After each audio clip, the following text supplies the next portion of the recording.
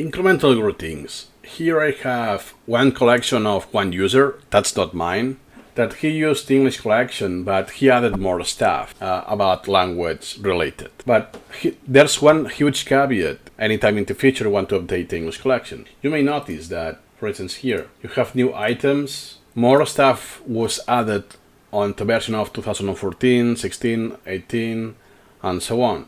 So it's not only changing, it's also adding content. But you have one restriction for that, is that the ID needs to be the same. So let's use one example. I will be using that one report I did. So let's say I want those two items, right?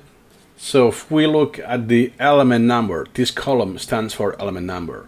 You will see it's 19,000 and 5,713, but that's not actually the number. The other is 17,000, not 19,000.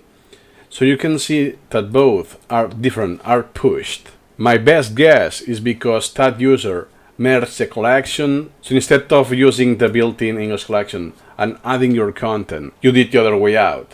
Or perhaps another thing that it's not at the top of my head, but that you can mess around with the element numbers. Now, if I open my English collection, Cackle. Okay, look at the numbers. 17,701, 17,701, and 7,459. Here it is, 7,459. So I have the same element numbers. So I don't know when the next version will be released. Let's say it's in 2022. I will be able to update the cards, but with the other collection you won't be able to.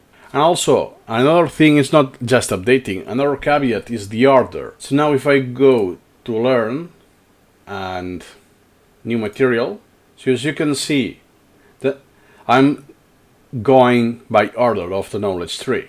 So I lost the hard-coded order made by SuperMemo English collection, that you have items that not necessarily are in the same branch, so you get from more or less the easiest to the hardest. So the order is meaningful, and it comes from the pending queue, but you lost that. Since all the element numbers are different, perhaps you're having the same order numerically, but doesn't correspond to that. I don't know exactly how it works, but the output, even if I don't understand exactly how it works, at least I understand what's the input and what's the output, the result. And the result is that you're getting the order by tree. So you can see that it's global DB such that it has many spikes, and here it is. Which this is not optimal, right? There are a couple of workarounds. Now, if I open this, but I can order by this. And again, because I want to start from the lowest, okay. Now, if I click on Learn from the browser, it will take a while because there are so many different items, more than 40,000. But if you have a brand new collection, what you will see is that the first is food, I think. Yeah, that is eaten, food. A period, holiday, bird, yeah. Those are the first items of the English collection.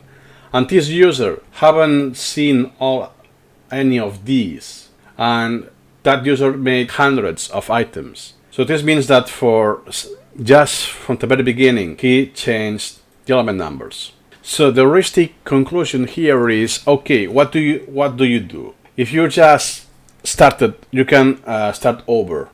Copy the collection brand new that you bought and start over the collection. And if you want, you can add material into it, not from it, into it. And if you already did lots of repetitions, let's say, for instance, me, I think I did like 16,000 elements already. I want to start from scratch. So what I will do is using this workaround. So every day I will be using this subset review, even if it's from the entire collection. But I will get the order.